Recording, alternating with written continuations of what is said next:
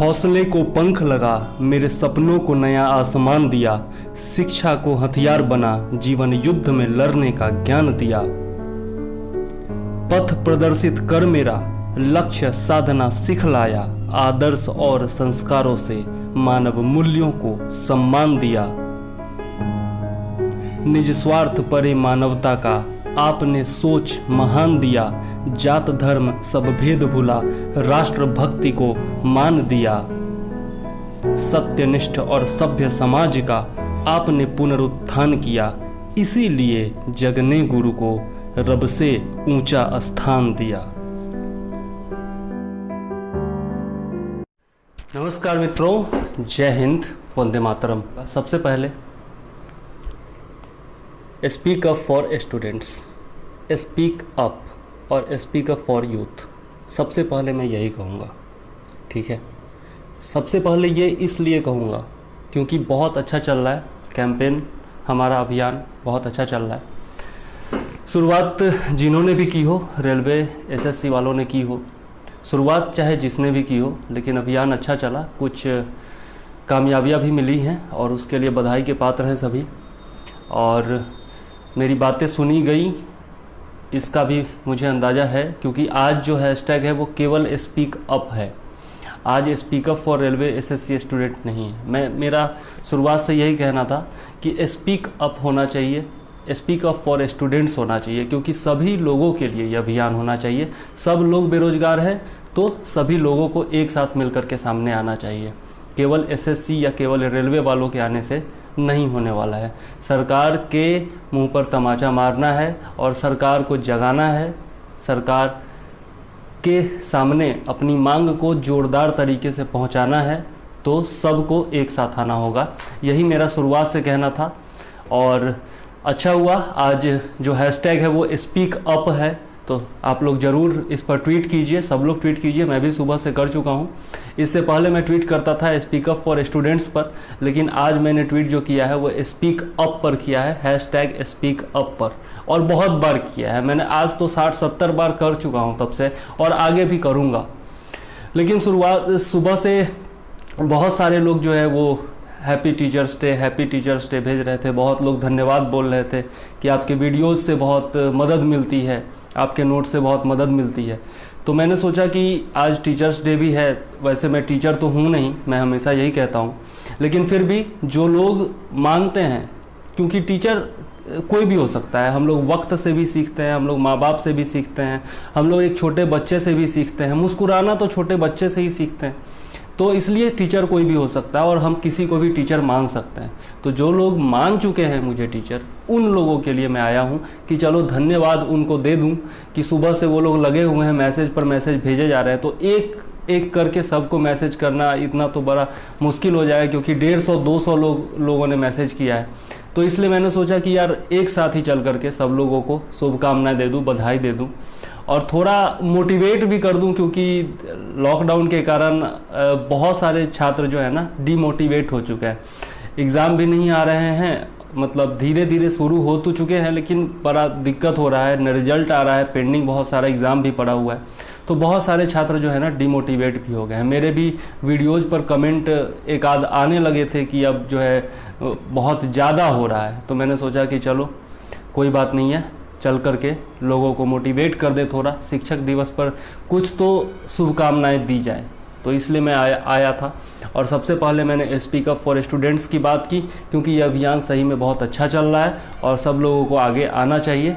आज मैंने देखा जिन्होंने शुरू किया था ये अभियान, उनका वीडियो आज मैंने देखा, तो वो कह रहे हैं कि ठीक है आज जो है शायद लास्ट हो जाए अभियान का। तो मैं ये कहना चाहता हूँ लास्ट ना होने दीजिए, अभी अभियान को चलने दीजिए। सरकार अभी मतलब सरकार के कान पर जू नहीं रेंगी है, सरकार अभी सामने नहीं आई है, सरकार का बयान कोई सामने नहीं आया है। उन्होंने थोड़ा बहुत 1-2 लॉलीपॉप अभी थमाया है, तो इससे कुछ होने जाने को नहीं है। इसलिए सब लोगों को अभी लगे रहना होगा। पढ़ाई भी जारी रखिए, नो डाउट, पढ़ाई जारी रखिए, वीडियोज आते रहने चाहिए टीचर्स के, नो डाउट। लोगों को पढ़ाई भी करनी चाहिए, लेकिन डेली कम से कम 3-4 घंटे जो है ना इस पर देना होगा, अभियान के लिए जुटना होगा। और आज तो शायद वो ताली और थाली का भी प्रोग्राम है, तो सब लोग जो है 5 बजे ज़रूर ताली और थाली बजाइए। मोदी जी के कहने पर हम लोगों ने बजाया था कोरोना वॉरियर्स के सम्मान में। तो इस बार जो है आप अपने लिए बजाइए, अपने लिए बजाइए, सरकार के खिलाफ बजाइए, सरकार बाहरी जो सरकार है उसको अपनी आवाज़ सुनाइए, यह अच्छा होगा। और सब लोग साथ मिल करके सुनाइए, केवल एसएससी रेलवे स्टूडेंट्स नहीं बल्कि सारे स्टूडेंट्स मिल करके जो है ना ये काम कीजिए। और मोदी जी का जो तरीका है उन्हीं के तरीके से उन्हीं को मात दीजिए। ये इससे अच्छा बात और कुछ हो ही नहीं सकता। जिन्होंने भी ये प्रोग्राम बनाया है बहुत सही बनाया है और सब लोगों को ये काम करना चाहिए मेरी राय में। अब आते हैं टीचर्स डे पर। तो टीचर्स तो अब रह नहीं गया है, कोई टीचर तो रह नहीं गया है। वो पुराने ज़माने में हुआ करते थे गुरु द्रोणाचार्य का नाम सुना होगा आप लोगों ने। उसके अलावा और भी बहुत सारे गुरु हुए हैं। चाणक्य का नाम सुना होगा। चाणक्य नीति को कौन नहीं जानता।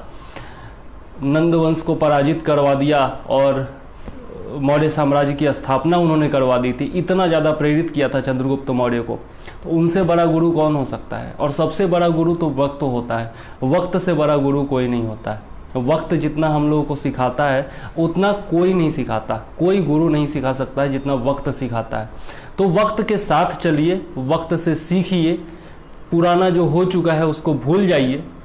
जो भी हो चुका है पुराना, जो भी आप गलती कर चुके हैं या फिर जो भी गलत हुआ है आपके साथ, वो सब भूल जाइए और नई शुरुआत कीजिए। अब कोरोना के बाद वैसे भी अब जो है ना टाइम 3 तरह से नापा जाएगा। जैसे पहले वर्तमान, भूत वर्तमान और भविष्य में मापा जाता था। अब जो है कोरोना पूर्व, कोरोना काल और कोरोना बाद, इस हिसाब से काल मापा जाएगा। तो कोरोना पूर्व जो हुआ उसे भूल जाइए, कोरोना काल में जो हुआ उसे भूल जाइए। अब जो आपका भविष्य है उस पर केंद्रित हो जाइए और तैयारी शुरू कर दीजिए। क्योंकि पढ़ाई बहुत ज़्यादा ज़रूरी हो गई है अब। क्योंकि आप लोगों ने ही आंदोलन किया है और एग्ज़ाम सब तेज़ी से आने वाले हैं। अगर आंदोलन सफल होता है और सरकार थोड़ी भी रिस्पॉन्सिबल होती है तो इसलिए तैयारी बहुत ज़्यादा ज़रूरी है। तैयार रहिए, शुरुआत से ही तैयार रहिए, तभी जा कर के एग्ज़ाम्स में भी आप परफॉर्म अच्छा कर पाएंगे। नहीं तो कोई फ़ायदा नहीं होगा ना, कोई फ़ायदा नहीं होगा। एग्ज़ाम्स आ भी जाएंगे और आपकी तैयारी ही नहीं होगी तो क्या कर लेंगे आप। एग्ज़ाम्स जब पास ही नहीं करेंगे तो एग्ज़ाम होना ना होना दोनों आपके लिए बराबर हो जाएगा। इसलिए पढ़ाई बहुत ज़्यादा ज़रूरी है। तो अब सीरियसली पढ़ाई शुरू कर दीजिए। आंदोलन अपनी जगह सही है, बढ़ चढ़ के भाग भी लेना है, लेकिन फिर भी पढ़ाई को रुकने नहीं देना है, पढ़ाई जारी रखनी चाहिए। ठीक है, यही मैं कहूँगा। और मेरी तरफ से पूरा सहयोग रहेगा आप लोगों को। जितना भी आप लोग चाहेंगे, जो भी आप लोगों की समस्याएं होंगी, आप लोग बताते रहिए और उस पर मैं वीडियोज बनाता रहूँगा, आप लोगों को मोटिवेट करता रहूँगा। और पढ़ाई आपकी जारी रहनी चाहिए किसी भी तरीके से।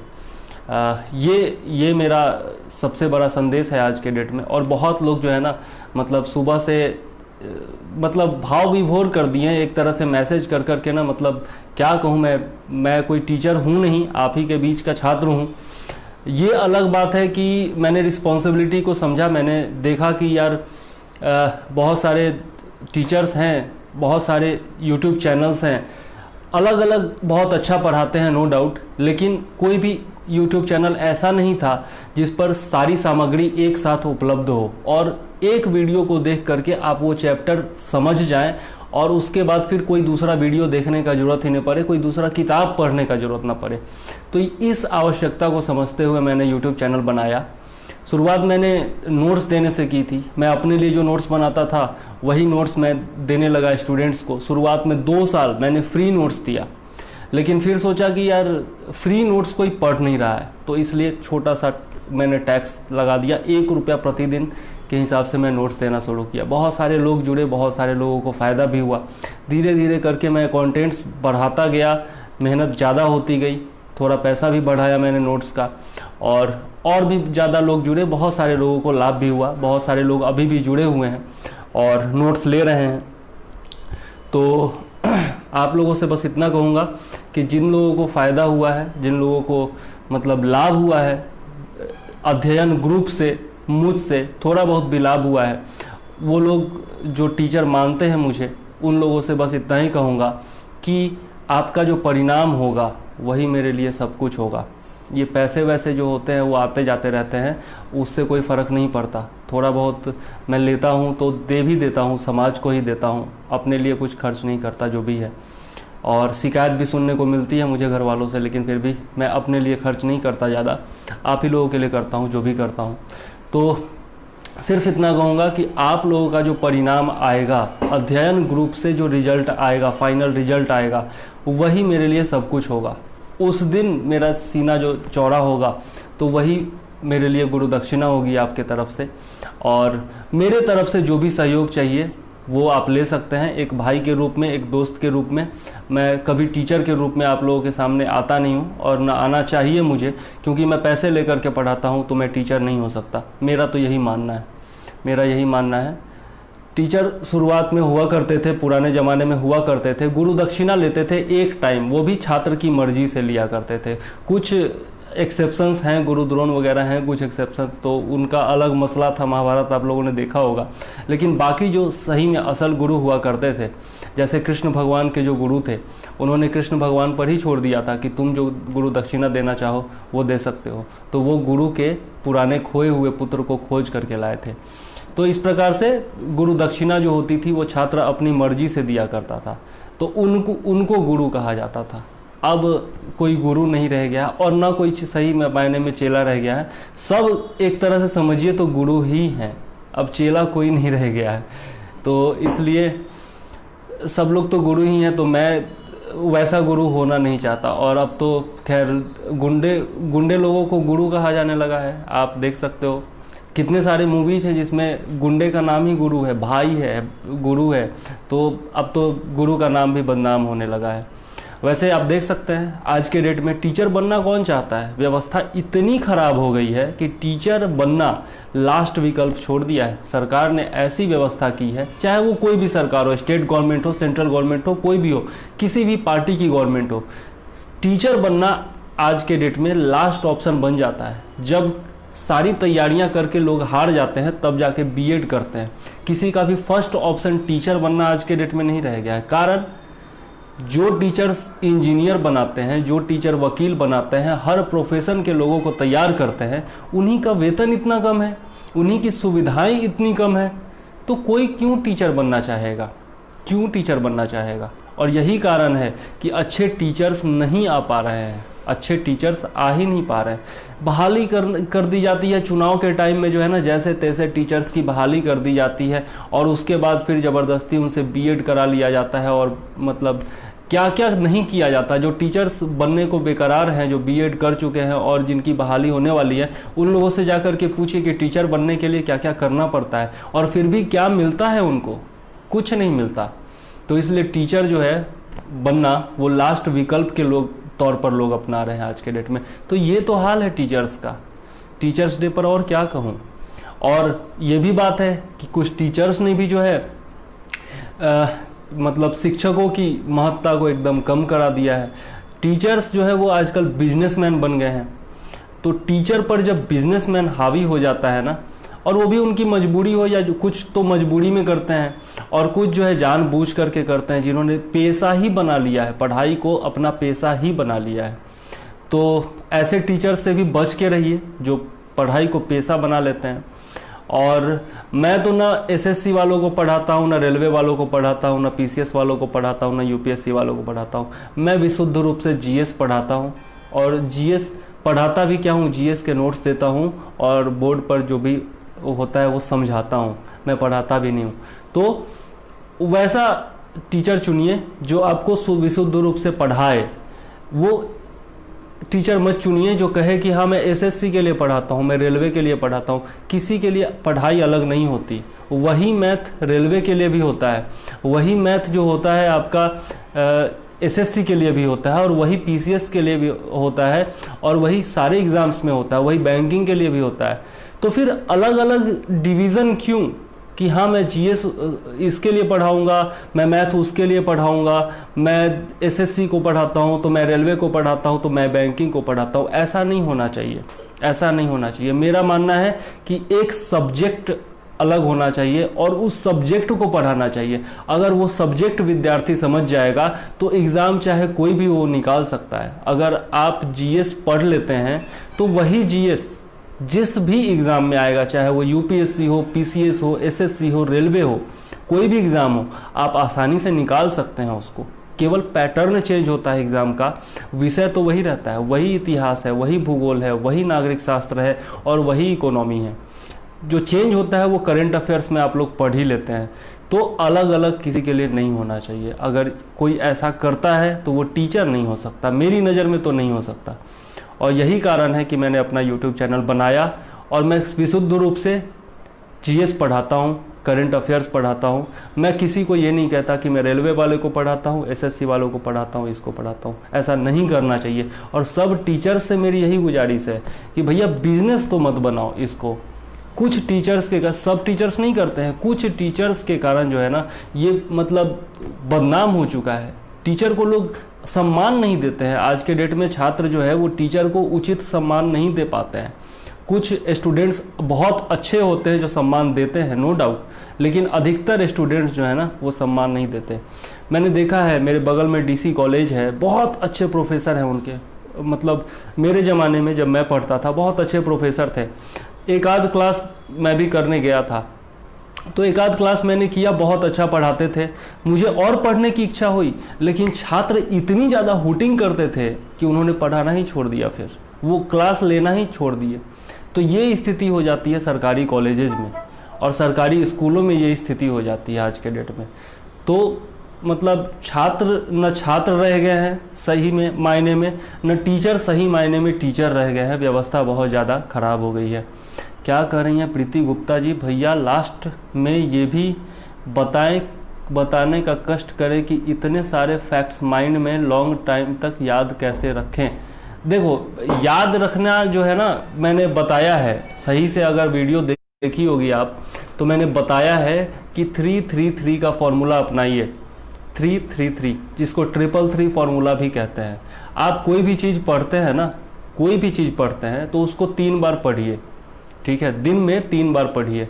उसके बाद 3 दिन के बाद पढ़ लीजिए उसी चीज़ को, 3 दिन के बाद पढ़िए, फिर 3 सप्ताह के बाद पढ़िए और उसके बाद 3 महीने के बाद पढ़ लीजिए। अगर ऐसा आप कर लेती हैं, किसी भी चीज़ को 4 बार पढ़ लेती हैं, तो फिर ज़िंदगी में कभी नहीं भूलेंगी, ये बात गारंटीड मान के चलिए। और कोई भी चीज़ पढ़ती हैं तो उसको डायरी पर नोट कर लीजिए। उस दिन मान लिया आज का डेट है 5 सितंबर, आज जो आपने पढ़ा उसको डायरी पर नोट कर लीजिए, ठीक है। और उस डायरी पर नोट करिए, उसके 3 दिन के बाद का जो आपका पेज है उस पर भी सेम टॉपिक नोट कर दीजिए कि उस दिन आपको रिवीजन करना है। और फिर आपका 3 सप्ताह के बाद जो डेट आएगा उस दिन भी सेम टॉपिक आप डाल दीजिए और 3 महीने के बाद का डेट जो होगा उस पर भी आप सेम टॉपिक डाल दीजिए, ठीक है। इससे आप भूलेंगी नहीं कि आपको किस दिन कौन सा टॉपिक रिवीजन करना है। और यकीन मानिए ये फॉर्मूला बहुत कारगर है। एक यूट्यूब चैनल ही है आपका, सिविल बीइंग करके है एक चैनल, उसी पर मैंने एक टीचर हैं उसके उस यूट्यूब चैनल पर जो पढ़ाते हैं उनसे ही मैंने ये सीखा और मैंने अपनाया है ये चीज़ मैंने अपनाया है और बहुत काम आया है मेरे। तो वही चीज़ मैं आपको भी बता रहा हूँ कि आप 333 का फॉर्मूला अपनाइए। कोई भी चीज़ पढ़िए तो 3 बार पढ़ लीजिए, उसके बाद 3 दिन के बाद पढ़िए, 3 सप्ताह के बाद पढ़िए और फिर आप 3 महीने के बाद उसको पढ़ लीजिए। उसके बाद बड़े से बड़ा फैक्ट्स आप याद करने में सक्षम होंगे, ठीक है। और दूसरी चीज़ मैं ये कहूँगा कि रट्टा मारने का कोशिश मत कीजिए, शॉर्ट ट्रिक अपनाने की कोशिश मत कीजिए। बहुत सारे यूट्यूब चैनल आपको मिलेंगे कि मतलब अशोक के शिलालेखों को याद करने का ट्रिक, ये ट्रिक, वो ट्रिक, अनुच्छेद याद करने का ट्रिक।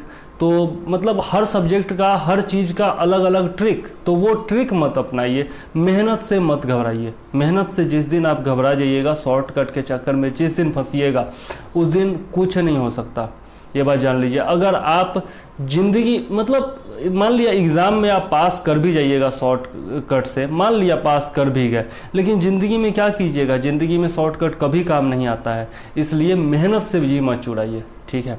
बस इतना कहूँगा प्रीति गुप्ता जी, बस इतना ही कहना चाहूँगा। और किसी और को कुछ कहना है तो कहिए, बाकी मेरा बात ख़त्म हो चुका है। मुझे जो कहना था एक व्यंग भी मैंने आज पोस्ट किया है अपने ग्रुप में, आप ही के अध्ययन इंफोटेनमेंट ग्रुप में। तो उसमें जो भी मुझे व्यंग करना था वो सब मैं कर चुका हूँ, तो अभी मैं व्यंग करने के मूड में नहीं हूँ। अभी थोड़ा मैं भाव विभोर हूँ, इसलिए क्योंकि सुबह से बहुत सारे मैसेजेज ऐसे आए हैं जो मतलब मैं अपने आप को कुछ नहीं समझता था, और वो लोग मतलब ऐसे ऐसे लोगों का मैसेज आया है जिनको मैं जानता भी नहीं हूँ। तो बहुत भाव विभोर हूँ मैं। और दूसरी बात कि आज कल रात मैंने एक मैसेज किया था, एक बहन है, ग्रुप की ही बहन है, जिसके पिताजी का एक्सीडेंट हो गया था और उसने कुछ पैसों की ज़रूरत थी उसकी, उसने मांग की थी। मैंने ग्रुप में बताया, ग्रुप से तो खैर किसी ने ध्यान नहीं दिया या क्या हुआ, सब लोगों ने शक किया कि ऐसा आजकल ऑनलाइन फ्रॉड हो रहा है। लेकिन व्हाट्सएप में मुझे पता था कि वो गलत नहीं बोल रही है, मेरी बात भी हुई थी उससे।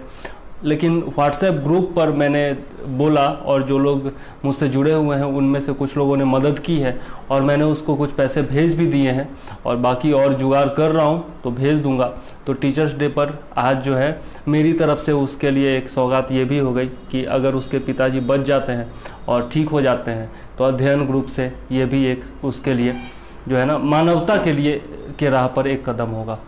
और मुझे आप लोगों से कहना इसलिए पड़ गया क्योंकि आजकल लॉकडाउन है तो नोट्स ज़्यादा लोग ले नहीं रहे, और मेरे लिए फ़िलहाल कमाई का तो वही साधन था, क्योंकि मैं खुद भी पढ़ाई कर रहा हूँ तो इससे ज़्यादा कुछ कर नहीं सकता हूँ फ़िलहाल।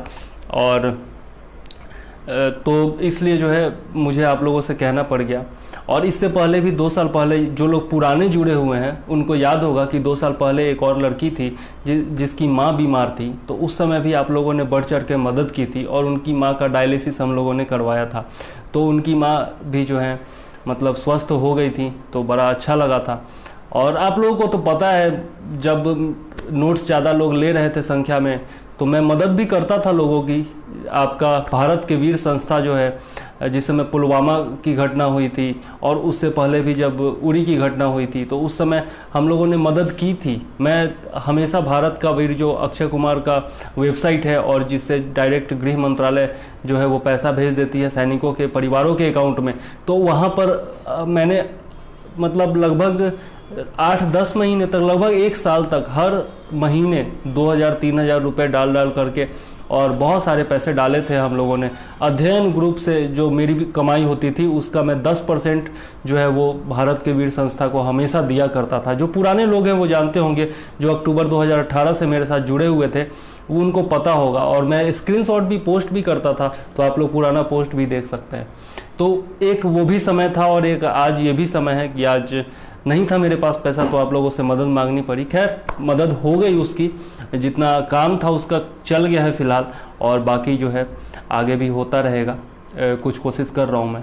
तो धन्यवाद जितने लोगों ने मदद की है उसकी। वो लोग चाहे तो मुझसे फ्री नोट्स ले सकते हैं, मैं उनसे इतना ही कहूँगा। मेरी तरफ से वही शुक्रिया होगा उनके लिए, धन्यवाद होगा उनके लिए अध्ययन ग्रुप की तरफ से। और वो लोग मुझसे फ्री नोट्स ले सकते हैं जिन लोगों ने भी मदद की है। सब लोगों ने स्क्रीनशॉट मुझे भेजा हुआ है तो मुझे पता है कि किन किन लोगों ने मदद की है, ठीक है। तो और बाकी लोग जो लेना चाहते हैं तो उनको पता ही है कि कहाँ क्या करना है, सब कुछ ग्रुप में बताया हुआ है, तो ज़्यादा कुछ मैं कहना नहीं चाहूँगा इस बारे में। वीडियोज़ देखिए ज़रूर। वीडियोज़ के बारे में मैं कहना चाहूँगा कि वीडियोज़ में मैंने बहुत मेहनत की है, बहुत मेहनत से बना रहा हूँ। और मतलब वीडियोज़ देख लेने के बाद ना आपको किताब पढ़ने की ज़रूरत नहीं होगी, इतना भी तय है। तो आप लोग वीडियोज़ देखिए और रिजल्ट लाइए, बस यही मेरे लिए सब कुछ है। और लास्ट में बस इतना ही कि स्पीकअप पर आप लोग ज़रूर ट्वीट कीजिए, और आवाज़ उठाना आपका मौलिक अधिकार है और आवाज़ उठाना भी चाहिए। विपक्ष तो बहुत ज़्यादा कमज़ोर है आज के डेट में, तो हम ही विपक्षी क्यों ना बन जाए। और एक सशक्त विपक्ष होना लोकतंत्र के लिए बहुत ज़्यादा आवश्यक है। तो विपक्ष तो कमज़ोर है, हमारे राहुल गांधी जी जानते ही हैं, उनका भाषण सुन लीजिए तो मतलब हंसी ज़्यादा आती है और मतलब उनके बात का वैल्यू करने का इच्छा ही नहीं होता है। तो विपक्ष बहुत ज़्यादा कमज़ोर है। और बाकी जो लोग हैं भी विपक्ष में, अच्छे नेता भी हैं, तो वो लोग भी बोल नहीं पा रहे हैं ढंग से, और बोलते भी हैं तो सीधा जाकर के सुप्रीम कोर्ट में बोलते हैं और सुप्रीम कोर्ट डांट के भगा देती है। तो ये तो हाल चल रहा है विपक्ष का। मीडिया का हालत आप लोग देख ही रहे हैं कि क्या चल रहा है, कि दो खेमों में बटी हुई है, एक मोदी विरोधी है और एक मोदी के साथ है। जो विरोधी है वो पक्का ही विरोधी है और जो साथ दे रही है वो पक्का ही साथ है। और आजकल तो एक नया मामला जान ही रहे हैं, पिछले 70 दिनों से वही मीडिया में छाया हुआ है। पहले 2 चैनल थे, टाइम्स नाउ और रिपब्लिक, अब जो है सारे के सारे चैनल उसी के ऊपर लगे हुए हैं।